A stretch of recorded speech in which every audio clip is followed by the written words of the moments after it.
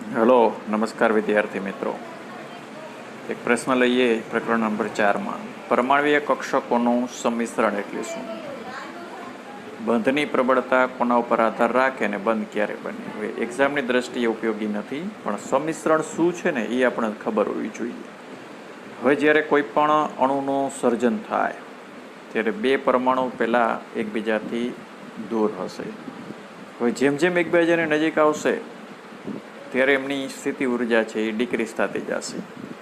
એક સમય એવો આવશે કે બંને પરમાણુ એકબીજાની નજીક આવી બંને પરમાણુની જે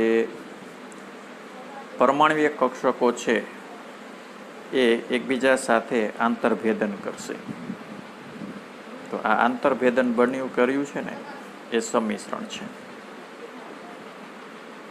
હવે આંતરભેદન અથવા સમિશ્રણ થાય ત્યારે શું થશે કે એક પરમાણવીય કક્ષકોની ઇલેક્ટ્રોનની સ્પિન ઉપરની દિશામાં રાખવું તો પડોશી બીજા ઇલેક્ટ્રોનની સ્પિન છે ને એ એનાથી વિરુદ્ધ દિશામાં થશે. એટલે બંનેની અહીંયા જે ઇલેક્ટ્રોનનું સમિશ્રણ ઇલેક્ટ્રોન છે ભેગા થશે ત્યારે બંનેની ઇલેક્ટ્રોનની ભ્રમણ છે ને એ કેવી હશે?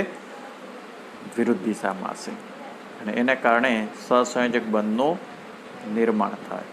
વિરુદ્ધ સ્પિન હોય ને એને કારણે સમિશ્રણની માત્રા વધુ થાય અને એનર્જી કેવી રહે? ઓછી બને. સેકન્ડ થિંગ એ કે જેમ અહીંયા સમિશ્રણ વધારે થાય, જેમ સમિશ્રણ વધુ થાય ને એમ બંધ કેવો બને? પ્રબળ બને. પરમાણવીય કક્ષકોનું સમિશ્રણ સમજાવો. કૃતિ પછી દોરશું. બે પરમાણુની કક્ષકો નજીક આવે ત્યારે એમાં સમિશ્રણના 3 પ્રકાર થાય. 3 ટાઈપનું સમિશ્રણ એમાં ક્રિએટ થાય. કયું 3 એ જુઓ. ધન, ઋણ અને ત્રીજું છે શૂન્ય. હવે જે કક્ષકો આપણે આમ દોરીએ છીએ ને એને અવકાશમાં દર્શાવવા માટે તરંગ વિધેયની જરૂર પડે. તો વિધેયની સંજ્ઞા અહીંયા પ્લસ કહેશું તો અહીંયા માઇનસ કહેશું. ધારો કે આ બીજી કક્ષક છે તો આ માઇનસ, આ પ્લસ, આ માઇનસ, તો આ બે વચ્ચે ઓવરલેપિંગ અથવા સમિશ્રણ થાય. હવે બીજી વસ્તુ એ યાદ રાખો કે અહીંયા જે પ્લસ કે માઇનસ મેં મૂક્યા ને એને વીજભાર સાથે કોઈ સંબંધ રહેતો નથી. એ શું બતાવે? પ્લસ માઇનસ માત્ર દિશાની દિક વિન્યાસની દિશા, એટલે અવકાશમાં એ કેવી રીતે વહેંચાયેલી છે કે ગોઠવણી કેવી રીતે થાય છે ને એ વિધેયની સંજ્ઞા દર્શાવે છે. બરાબર. આગલા પ્રશ્નમાં આપણે જે લીધેલું ધન સમિશ્રણ, ઋણ સમિશ્રણ. ધન સમિશ્રણ એટલે બંધકારક થાય, ઋણ સમિશ્રણ એટલે બંધ પ્રતિકારક. એ બે વચ્ચેનો તફાવત જુઓ. આમ તો 3 છે ને, ધન, ઋણ અને શૂન્ય. 3 આવી છે. ધન સમિશ્રણ અને ઋણ સમિશ્રણ. ધનમાં શું થાય? બોન્ડિંગ થાય, બી. ઋણમાં એ બી એન્ટીબોડી. હવે ધન સમિશ્રણ ક્યારે જોવા મળે? જુઓ. આ સમિશ્રણમાં બે કક્ષકોના પ્લસ તરંગ વિધેય અથવા ઋણ છે એ નજીક આવીને સમિશ્રણ પામે. કા બે પ્લસ બાજુમાં આવે, કા બે ઋણ મેં કહેતા. જુઓ, કા બેના પ્લસ થાય, બાજુમાં આવે, કા બેના માઇનસ, તો ધન થાય. હવે એકનું ઋણ ક્યારે થાય? એકનું ધન, પડોશનું માઇનસ. તો જો આ ઋણ, આ plus minus, minus plus minus plus, તો આ ઋણ સમિશ્રણ થયું કહેવાય. હવે આ સમિશ્રણને કારણે કુલ સમિશ્રણથી નીચી ઉર્જાની સ્થિતિ બને છે અને બંધનું નિર્માણ થાય. આમાં વિરુદ્ધ ચિહ્ન છે એને કારણે ઉર્જા છે એ વધે છે અને બંધ રચાતો નથી. આમાં જેવું જો પ્રતિબંધકારક, બંધ પ્રતિકાર કરે, બંધકારક ગોઠવણી થાય છે, બંધ પ્રતિકારક ગોઠવણી છે. બે પીઝેડ કક્ષકોનું જો અહીંયા દોરીને બતાવ્યું છે, 2 પ્લસ, આ બેનું માઇનસ. ખાસ કરીને સામાન્ય અક્ષ ઉપર, આમાં પણ સામાન્ય અક્ષ ઉપર એક પીઝેડ અને એક એસ કક્ષકનું સમિશ્રણ બતાવ્યું છે. એક આ પીઝેડ અને એસ કક્ષકનું ઋણ સમિશ્રણ. આ ધન, આ ઋણ. બે પીએક્સનું સમિશ્રણ આવી રીતે થશે. આ ઋણ સમિશ્રણ છે. તો એકદમ સરસ મજાની આકૃતિ દોરીને બતાવે. આપણે એક જ વસ્તુ આમાં જોવાની છે, બેયના પ્લસ બાજુમાં ભેગા થયા તો પ્લસ, બે નેગેટિવ થયા પ્લસ માઇનસ તો ઋણ. જો આમાંય થાય પીવાય, બધી કક્ષકોનું સંમિશ્રણ થાય. હવે શૂન્ય સંમિશ્રણ ક્યારે થાય? જો નજીક આવતા બે પરમાણુની કક્ષકોના તરંગ વિધેય પરસ્પર સામાન્ય ધરીની ઉપર અથવા સામાન્ય ધરોને લંબ રીતે સમાંતર ગોઠવાય નહીં, લંબ ગોઠવાયેલા હોય ને તો. હવે જો આ શૂન્ય સંમિશ્રણ, ઓમાં શું થતું હતું? આમ આવતું હતું ને, પ્લસ પ્લસ. આમાં શું થાય છે? બે અલગ છે. જો આ ધરી છે પ્લસ માઇનસ, તો અહીંયા સંમિશ્રણ પ્લસ, તો આ એકબીજાની પરપેન્ડિક્યુલર બને છે, આ ધરીને લંબ બને છે. આ પીએક્સ અને પીવાય વચ્ચેનું સરમાય, વચ્ચે સ્પેસ રહેશે, આ તો શૂન્ય સંમિશ્રણ થાય. કક્ષકોને રજૂ કરવામાં ધન અને ઋણ સંજ્ઞાનો અર્થ, કક્ષકોને આપણે જે રજૂ કરીએ છીએ તો એ દર્શાવવા માટે પ્લસ અને માઇનસ છે ને, એ શું બતાવે છે? તરંગ વિધેયની સંજ્ઞા બતાવે. જો આ તરંગ વિધેય છે, આ પ્લસ માઇનસ એવું બતાવે, એને વીજભાર સાથે કોઈ રિલેશન નથી. હવે કક્ષકોને આપણે આમ દર્શાવીએ છીએ ને, તો એના આધારે કઈ કઈ માહિતી મળે એ જુઓ. પહેલાં તો સંમિશ્રણ થશે કે કેમ, એટલે કયા ટાઈપનું સંમિશ્રણ છે એ ખબર પડે ને, ધન છે, ઋણ છે કે શૂન્ય છે. પછી પ્રણાલીની ઉર્જા વધે છે કે ઘટે છે એ ખબર પડે. બંધકારક હોય તો ઘટે, બંધ પ્રતિકારક હોય તો વધે, 0 હોય તો નો ચેન્જ. બે પરમાણુ વચ્ચે બંધ બનશે કે એની ખબર પડે. અને આના આધારે સહસંયોજક બંધની રચના કેવી છે, એની ભૂમિતિ કેવી છે, એટલે આકાર અને બંધ કોણ કેટલો છે એ પણ તારવી શકાય. એના પછી SS, SP અને PP સમિશ્રણથી રચાતા સિગ્મા અને પાઈ બંધની સમજૂતી આપો. હવે જ્યારે બે પરમાણુ કક્ષકો છે એનું સમિશ્રણ થાય, આ સમિશ્રણ એને કારણે જે સહસંયોજક બંધ બને એ બે પ્રકારનો હોય, કાં સિગ્મા હોય અથવા પાઈ બંધ. હવે સિગ્મા બંધ ક્યારે હોય, પાઈ બંધ ક્યારે હોય? તો સિગ્મા બંધ ક્યારે બને એ જુઓ. આંતરકેન્દ્રીય સમાન અક્ષ ધરાવતી, ધારો કે એક કક્ષક આ છે, એક કક્ષક આ છે, આ બે S છે, આમાંથી અક્ષ પસાર થાય છે, આંતરકેન્દ્રીય અક્ષ. હવે જ્યાં ભેગી થશે એને હું અક્ષ તરીકે કલ્પું. ધારો કે અહીંયા, તો આ બે ભેગી થઈને જે સમિશ્રણ કરશે એ સંમિશ્રણ SS છે. એટલે બે આંતરકેન્દ્રીય અક્ષ ધરાવતી પરમાણુ કક્ષકોના છેડાના સંમિશ્રણથી રચાતા બંધને અક્ષીય સંમિશ્રણ અથવા સિગ્મા બંધ કહેવાય. બીજું એક વસ્તુ યાદ રાખો કે આ જે અક્ષ છે ને, રેડથી મેં દર્શાવી છે, આ નીચેની, એ પરમાણુની નથી, પણ અહીંયા ધારો કે ઓવરલેપિંગ કરે છે આ એક્સિસ ઉપર, તો આની તો અંદર જ આવી ગઈ. જો એકા ને એકા, એટલે બે સમાન આંતરકેન્દ્રીય અક્ષ ધરાવતી પરમાણુ કક્ષકોના છેડાના સંમિશ્રણથી. આ જ વસ્તુ હું તમને આમ કહું, આની આંતરકેન્દ્રીય અક્ષ આ છે, આની આંતરકેન્દ્રીય અક્ષ આ છે, એ આનું સંમિશ્રણ આ આપણી મેઇન અક્ષ કે જેના ઉપર આ બે આવી રીતે આમ થાય, તો આની ટૂંકમાં ઊભી થઈ જાય તો સિગ્મા બંધ રચાય નહીં. એટલે સમાન આંતરકેન્દ્રીય અક્ષ સમાન ધરાવતી, જો બેમાં આંતરકેન્દ્રીય અક્ષ સમાન બને ને, કેમ આગલામાં તો એમ, એટલે આંતરકેન્દ્રીય અક્ષ સમાન ધરાવતી બે કક્ષકોના છેડાના સંમિશ્રણથી જે બંધ રચાય એ સિગ્મા બંધ. આ SS સંમિશ્રણ થયું સિગ્મા ટાઈપનું. હવે માની લો કે એક S અને એક P, આ Sની આંતરકેન્દ્રીય અક્ષ ગણું, આ Pની. હવે જ્યાં જોડાય છે તો કાના ઉપર જોડાય છે, આ S, આ P. Sની આંતરકેન્દ્રીય અક્ષ આ, Pની પણ આ. એટલે જો બે અલગ અલગ કક્ષકો છે બેની આંતરકેન્દ્રીય અક્ષ છે એ સમાન થઈ ગઈ, તો અહીંયા જે સમિશ્રણ થયું એ એસ અને પી ઉપરનું થયું. એટલે કે કેન્દ્રીય ધરી જે હોય ને એની ઉપર સમિશ્રણ થાય ત્યારે સિગ્મા બંધ બને. હવે સપોઝ માની લો કે બે પીપી વચ્ચેનું સમિશ્રણ થાય તો સિગ્મા બંધ રચાય. આગળ આવ્યું હતું જો પીપી વચ્ચે સિગ્મા બંધ થાય છે. જો અહીંયા પાઈ બંધ ક્યારે રચાય? આ પ્રકારના સહસંયોજક બંધ છે. બંધની રચનામાં સમિશ્રણ પામતી પરમાણુ કક્ષકોના અક્ષ કેવા એકબીજાને સમાંતર અને આંતરકેન્દ્રીય અક્ષ અને લંબરૂપે રહે. જો બે ધારો કે આ પીઝેડ કક્ષક છે મારી પાસે, આ બે પીઝેડ લઉં. એવું જરૂરી નથી પી જ હોય, પીઝેડ હોય, પ્લસ માઇનસ.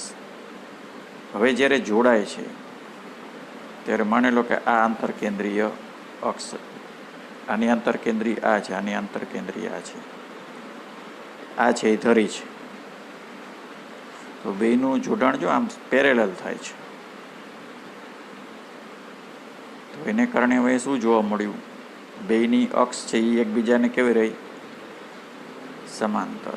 અક્ષ બે પરમાણુ કક્ષકોની અક્ષ એકબીજાને સમાંતર, આંતરકેન્દ્રીય જે અક્ષ હતી એને લંબરૂપે થાય. તો આ રૂપનો રચાતો બંધ છે ને એ પાઈ બંધ થાય. જો સમિશ્રણ તો પ્લસ માઇનસ વચ્ચે જ થાય. એને આ રીતે પણ આમ દર્શાવી શકીએ બનાના બોન્ડની જેમ. એના પછી સિગ્મા અને પાઈ બંધમાંથી કયો બંધ વધારે પ્રબળ?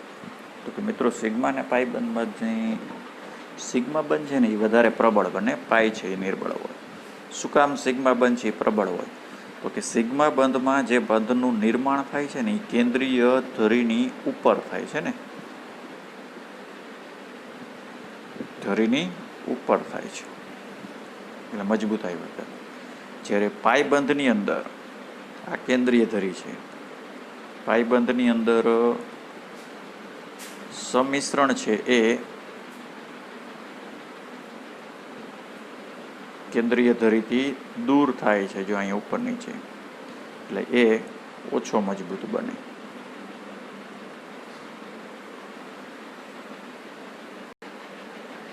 સંકરણ એટલે શું?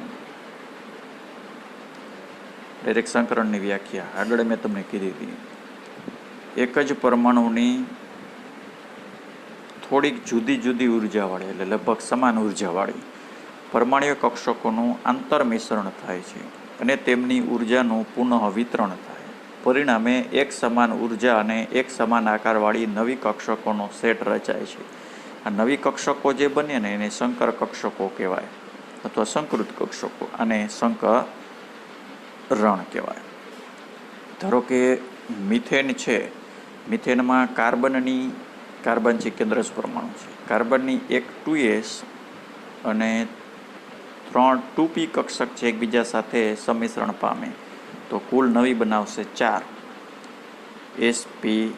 એક s એ ભાગ લીધો, 3p આમ ઉપર લખવાની, તો આને sp3 સંકરણ કહેવાય. અને નવી 4 જે કક્ષકો બની એ 4ની શક્તિ સરખી હોય. મિત્રો અહીંયા જે 1sની શક્તિ પહેલાં સરખી નથી, 2pની શક્તિ સરખી નથી. 1sનો આકાર ગોળાકાર હતો, 2pનો કેવો હતો? ડમ્બેલ હતો. પણ જ્યારે આ બે વચ્ચેનું સંકરણ થાય અને એ 4 નવી કક્ષકો ક્રિએટ થાય ને ત્યારે એ 4ની શક્તિ સરખી છે, આકાર પણ અલગ જોવા મળે.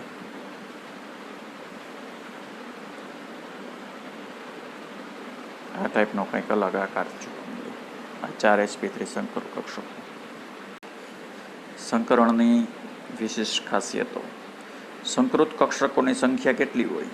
તો કે જેટલી પરમાણ્વીય કક્ષકો સંકરણમાં ભાગ લે ને એના જેટલી હોય.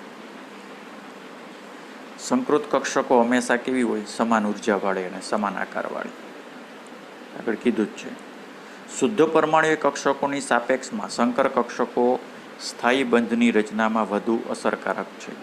એટલે જ્યારે સંકૃત કક્ષકો રચાય ને એ વધારે સ્થાયી બંધની નિર્માણ કરી રચે. સંકૃત કક્ષકો અવકાશમાં એવી રીતે અમુક પસંદ કરેલી દિશામાં દિશાત્મક હોય છે. ટૂંકમાં સંકર કક્ષકો અવકાશમાં ચોક્કસ ડાયમેન્શનની અંદર ગોઠવાઈ જશે.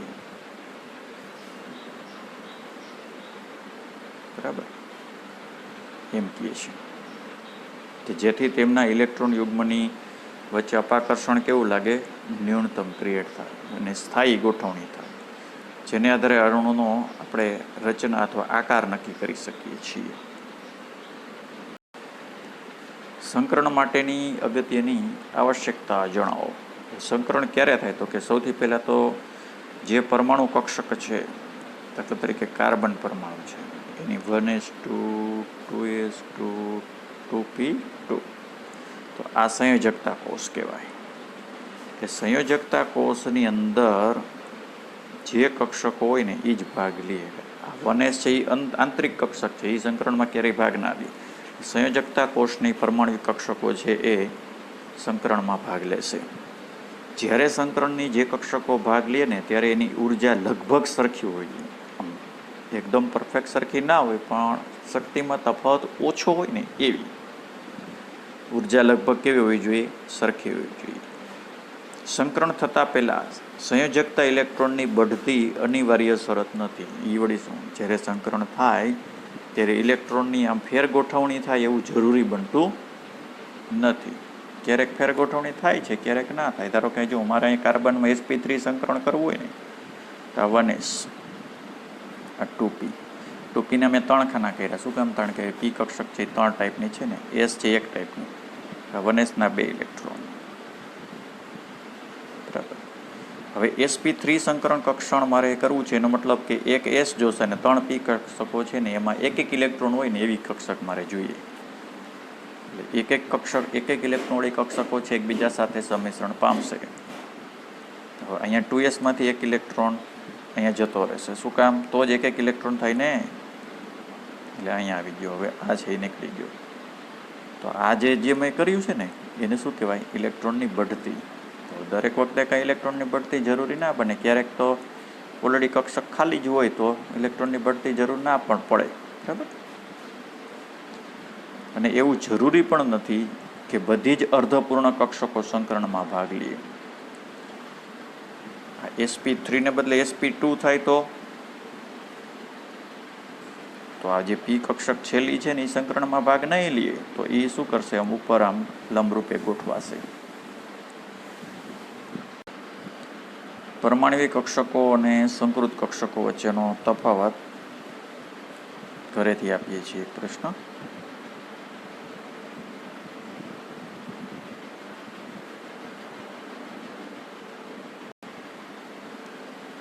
એના પછી એક પ્રશ્ન લઈએ. નીચેના અણુમાં કુલ કેટલા સિગ્મા અને પાઈ બંધ હોય? C2H2 C2H4. C2H4 નું પહેલાં તમને અહીં બતાવું છું. કેનું? C2H4 આ બી છે ને એ કેમાં સિગ્મા કેટલા સિગ્મા અને કેટલા પાઈ બંધ હોય કેવી રીતે મેઝરમેન્ટ કરી શકાય, ગણી શકાય. કેટલા કાર્બન છે? 2. 2 કાર્બન કરી નાખ્યા. 4 હાઇડ્રોજન. એનો મતલબ કે સિંગલ બંધથી એક હાઇડ્રોજન આમ મૂકી દેવાનો. કાર્બનનો પરમાણુ ક્રમાંક 6 છે, સામાન્ય ઇલેક્ટ્રોન રચના 2 અને 4, એટલે કાર્બનની સંયોજકતા 4 થાય. અહીંયા ગણો 1 2 3. સેમ આ કાર્બન 1 2 3. એનો મતલબ કે હજી અહીંયા એક ડબલ બોન્ડનું નિર્માણ થશે, એટલે 4 સંયોજકતા હવે કાર્બનની પૂરી થઈ જાય. હવે આમાં સિગ્મા બંધ કેવી રીતે ગણી શકાય? સિંગલ બંધ આવે ને ડેશ, આ સિગ્મા, આ એ સિગ્મા સિગ્મા સિગ્મા સિગ્મા. હવે અહીં ડબલ બોન્ડ આવ્યો, ડબલ બોન્ડ આવે એ કેવો બંધ ગણવાનો? પાઈ બંધ. એટલે કેટલા સિગ્મા? 5 સિગ્મા થાય અને 1 પાઈ થાય. કેમાં? C2H4. આ રીતે ગણવાનું. હવે C2H2 નું ગણાવો. જો C2H2 carbon dash carbon, 2 hydrogen છે તો આ 2 હાઇડ્રોજન આમ મૂકી દીધા મેં. હવે કાર્બનની સંયોજકતા પૂરી કરવા માટે મારે શું કરવું જોશે? કાર્બનની સંયોજકતા 2 છે, એક આ બાજુ એક આ બાજુ, 2 બાજુ 1 1. એનો મતલબ કે હજી આ 2 કરવા પડશે. થઈ ગઈ 4 સંયોજકતા. હવે સિગ્મા અને પાઈ બંધ કેમ ગણાય? આ સિંગલ બંધ છે એટલે સિગ્મા, પેલો સિગ્મા, 2 પાઈ સિગ્મા. આને સિગ્મા લઈ શકાય તો ઉપરનો પાઈ. ટૂંકમાં 3 માંથી 1 સિગ્મા 2 પાઈ. એટલે કુલ સિગ્મા કેટલા? 3 સિગ્મા થયા અને 2 પાય થયા.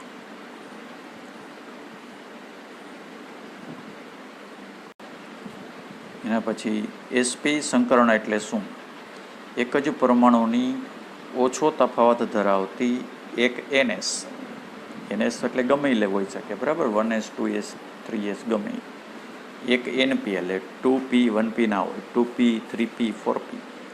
એક જ પરમાણુની શક્તિમાં ઓછો તફાવત ધરાવતી એક S કક્ષક, એક P કક્ષક, આમ લખો તો હાલશે, સંમિશ્રણ પામી 2 સમાન કક્ષકો રચે છે. એને SP સંકરણ કહેવાય. હવે SP સંકરણ થાય ત્યારે S કક્ષકની લાક્ષણિકતા 50% હોય, Pની લાક્ષણિકતા પણ 50%, બરાબર, બેયનું સમાન પ્રમાણ છે.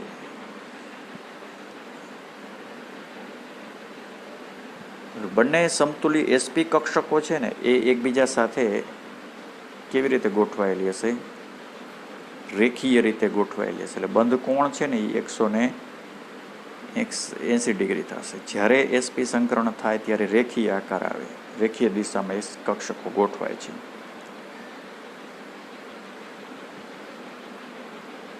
પિંડક કેવી રીતે દોરવાનો? એક મોટો આમ Z અક્ષ ઉપર હોય અને એક છે આ નાનો પિંડક અંદર. જો મેં કર્યો છે, આ પ્લસ કરું તો આ માઇનસ થાય, એવી રીતે થઈ જશે. પહેલાં કેમ હોય? આમ હોય, બરાબર ને? જ્યારે સંકરણ થાય ત્યારે આ ટાઈપનું રચના થશે.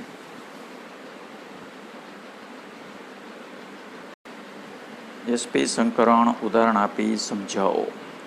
કોઈ પણ સંકરણ તમારે સમજાવવા માટે એક ટેકનિક જોઈ લો. SP સંકરણમાં કઈ કઈ કક્ષક ભાગ લેશે? એક S ભાગ લેશે, એક P ભાગ લેશે. તો આ એક S અને એક P ની અંદર એક ઇલેક્ટ્રોન હોવો જોઈએ ટૂંકમાં, થયું ને? હવે એક ઉદાહરણ અહીંયા બતાવ્યું છે, BeCl2. કેન્દ્રસ્થ પરમાણુ બેરિલિયમ છે, એની સાથે 2 ક્લોરિન જોડાયેલા છે, બરાબર. હવે જો બેરિલિયમની ઇલેક્ટ્રોન રચના 1s2 2s2 2p કક્ષક ખાલી છે અહીંયા. હવે અહીંયા શું થશે? મારે જોઈએ છે એક S, આ એક S જોશે. આ બાહ્યતમ સંયોજકતા કોષ છે, જે આ છે ને આ આંતરિક છે, આંતરિક કક્ષક ભાગ લેશે નહીં. એક 2s જોઈએ, એક 2p, બેમાં એક ઇલેક્ટ્રોન હોય છે, તો 2s નો એક ઇલેક્ટ્રોન 2pમાં જતો રહેશે, થોડીક શક્તિ મેળવી. હવે જે ગોઠવણી થશે ને એ જો He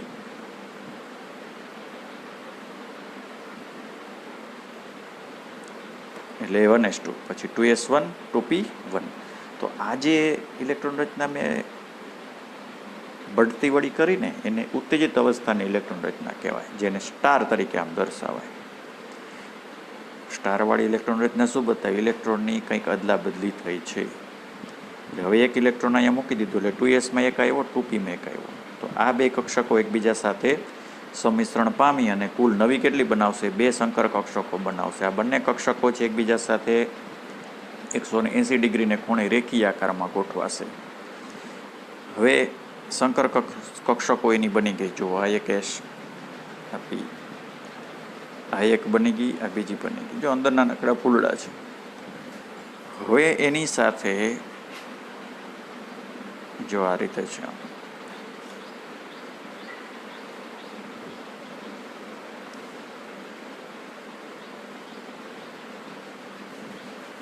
પ્લસ છે, માઇનસ, પ્લસ માઇનસ.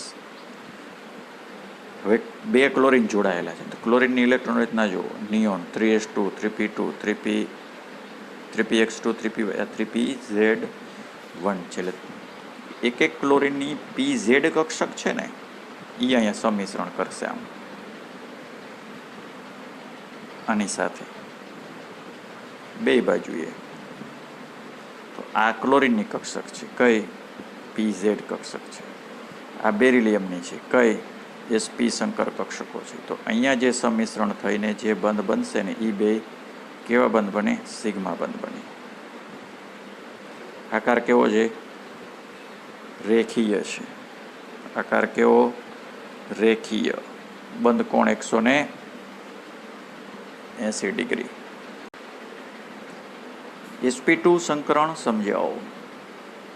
એના પછી sp2 સંકરણમાં શું કઈ કઈ કક્ષક ભાગ લેશે? એક જ પરમાણુની શક્તિમાં ઓછો તફાવત ધરાવતી એક s, બે p. હવે es છે એ ns ગણો અને p છે np.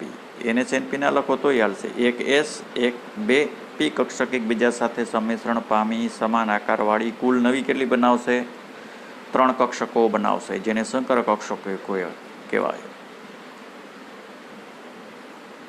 ઘટનાને સંકરણ કહેવાય. લાક્ષણિકતા કેવી? એક s છે, બે p છે, તો p નું પ્રમાણ કેટલું થાય? 33%. સોરી, s નું 33%, p નું 66% જેવું થાય. ત્રણેય કક્ષકો છે એકબીજા સાથે લઘુત્તમ અપાકર્ષણ ગોઠવશે અને ત્રિકોણમાં 3 ખૂણાની જેમ આમ ગોઠવાશે. ત્રિકોણના જે 3 ખૂણા હોય ને એવી રીતે આમ ગોઠવવાનો પ્રયત્ન કરશે. જુઓ અહીંયા આ જે દોરીને બતાવ્યું છે ને એની જેમ ગોઠવાશે. આ રચના કેમ બનાવી છે? જો આ એક, આ ns. હવે એની સાથે બે p કક્ષક છે.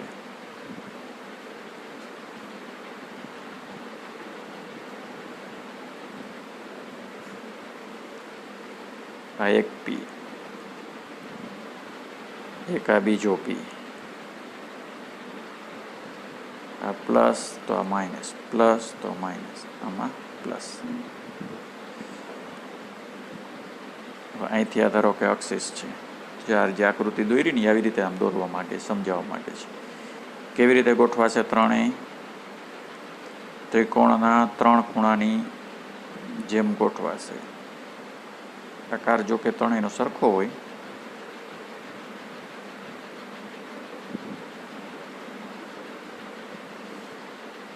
આ ફૂલડા છે એ શું છે? આ પ્લસ તો સામે minus, plus minus, plus minus, સમતલીય તરીકે ગોઠવાશે. નાનકડો ભાગ છે ને ઋણ પિંડક છે. બંધ કોણ 120 ડિગ્રી છે. sp2 સંકરણ ઉદાહરણ આપી સમજાવો. sp2 સંકરણ સમજવા માટે આપણે એક બોરોન ટ્રાઇક્લોરાઇડનું ઉદાહરણ લઉં. જો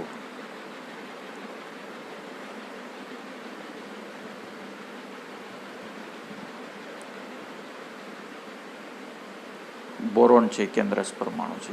કેટલા ઇલેક્ટ્રોન છે? 1s2, 2s2,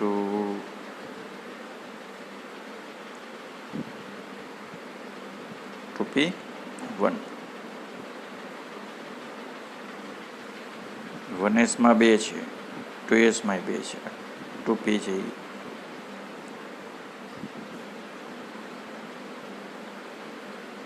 1s છે, 2s છે, 2p છે. હવે sp2 સંકરણ થવા માટે એક s જોઈએ અને બે p જોઈએ. એક s ની અંદર એક ઇલેક્ટ્રોન હોવો જોઈએ, બે p ની વચ્ચે, બે p કક્ષક વચ્ચે એક ઇલેક્ટ્રોન હોવો જોઈએ.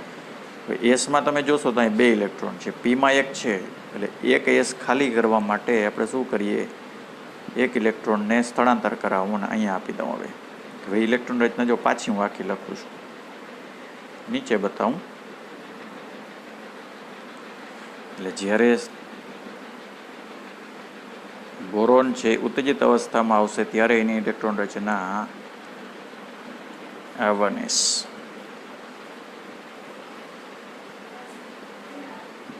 આ 2s, આ 2p.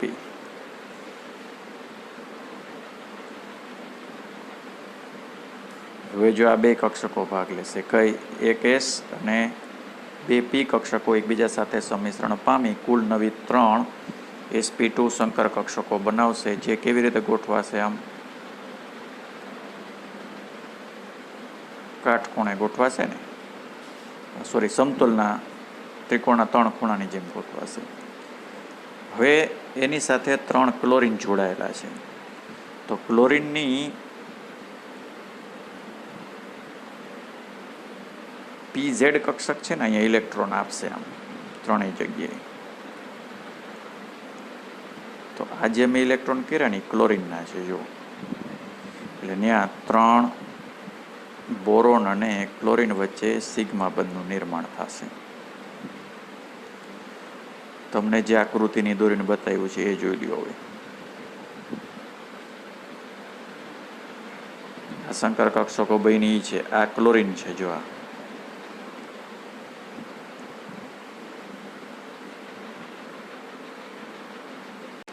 sp3 સંકરણ એટલે શું? લાક્ષણિકતા જણાવો. એક જ પરમાણુની, અણુ નહીં પરમાણુ, શક્તિમાં ઓછો તફાવત ધરાવતી એક S 3p કક્ષકો એકબીજા સાથે સંમિશ્રણ પામી કુલ નવી 4 sp3 સંકર કક્ષકો બનાવશે, જેની શક્તિ સરખી હોય, જેનો આકાર સરખો હોય. આ 4 સંકર કક્ષકોને sp3 સંકર કક્ષકો અથવા સંકૃત કક્ષકો કહેવાય અને sp3 સંકરણ કહેવાય. લાક્ષણિકતાની અંદર તમે જોઈ શકશો કે એક S છે એટલે Sનું પ્રમાણ 25% રહેશે, 3p છે એટલે Pનું પ્રમાણ 75% હશે. હવે અહીંયા જે 4 sp3 કક્ષકો જે બને છે ને એ અણુ સમતલને સમચતુષ્ફલકીય આકારમાં ગોઠવાશે. સમચતુષ્ફલકમાં ગોઠવાશે. આ જે આકૃતિ છે એ કેમ દોરવી, બરાબર? અહીંયા બતાવું જો તમને. એક S એટલે પહેલાં શું કરવાનું, એક રાઉન્ડ દોરી નાખો, બરાબર? આ S એની સાથે 3 ધરી બનાવો, X, Y અને Z. S આવી ગઈ. હવે 3 p કક્ષક એટલે p કક્ષક ઉપર આમ ડંબેલ આવશે, એ py આ py ઉપર ડંબેલ આવ્યું, એક આ pz એના ઉપર ડંબેલ આવ્યું. આવી આકૃતિ થાય છે. હજી દોરી છે ને. સમચતુષ્ફલકીય આકારે ગોઠવાશે ત્યારે બંધ કોણ 109.5 ડિગ્રી જોવા મળશે.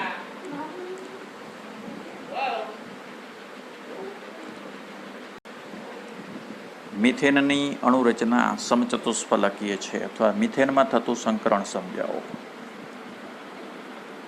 મિથેનમાં થતું સંકરણ સમજવા માટે તમને અહીંયા બતાવી દઉં છું. મિથેનમાં કેન્દ્રસ્થ પરમાણુ કાર્બન છે, કાર્બનની ઇલેક્ટ્રોન રચના 1s2 2s2 2p2. હવે sp3 સંકરણ થવા માટે 3p કક્ષક છે ને એ કેવી હોવી જોઈએ? ખાલી હોવી જોઈએ ને. એક આમાંથી જશે અહીંયા, એટલે કેવી બનશે? અહીંયા એક આવી ગઈ, અહીંયા નીકળી જશે.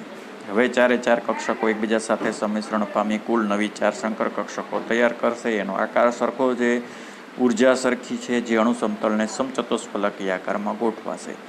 હવે આ સમચતુષ્ફલકીય આકારમાં ગોઠવાઈ ગઈ છે. ત્યાં હાઇડ્રોજનની એક કક્ષકો 4 હાઇડ્રોજન છે ને, હાઇડ્રોજનની 1s કક્ષક છે ને એક ઇલેક્ટ્રોન આપી અને 4 C' જેવા સિગ્મા બંધનું નિર્માણ કરશે.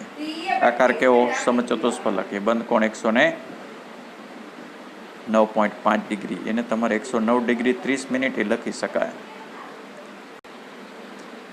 એમોનિયાનો આકાર સમજાવો. મિત્રો, એમોનિયામાં નાઇટ્રોજનનું sp3 સંકરણ થાય છે. કેવી રીતે સંકરણ થાય છે સમજાવું. નાઇટ્રોજનનો એટોમિક નંબર 7, ઇલેક્ટ્રોન રચના 1s2 2s2 2p3. થઈ ગયા સર? કયું સંકરણ થાય? sp3.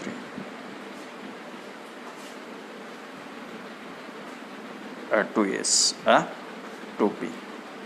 2sમાં કેટલા ઇલેક્ટ્રોન છે? 2 ઇલેક્ટ્રોન છે. 2pમાં 3માં ઓલરેડી એક ઇલેક્ટ્રોન છે જ. હવે અહીંયા sp3 સંકરણ થશે.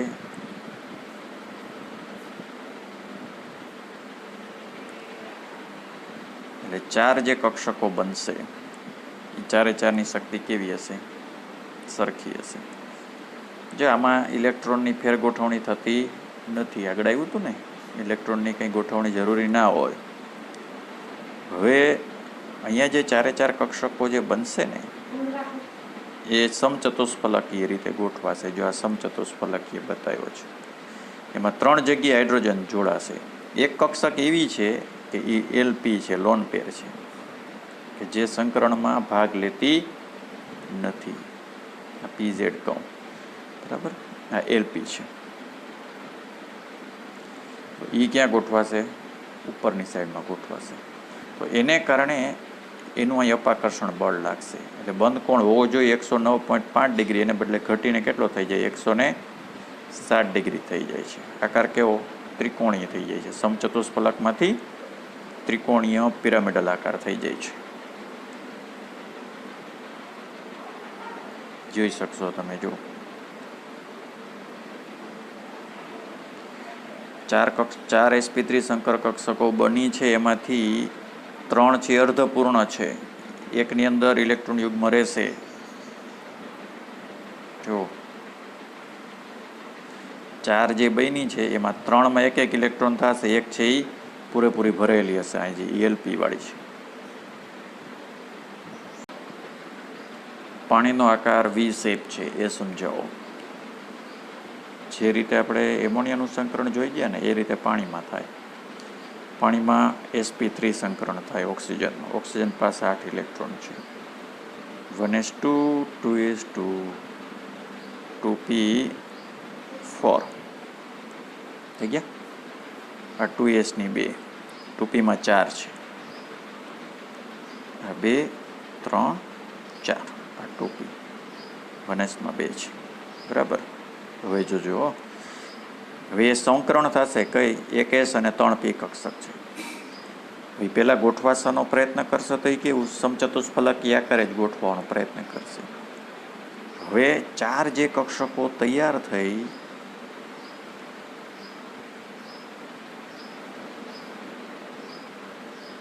બરાબર ને, આ 4 sp3 તૈયાર થઈ છે.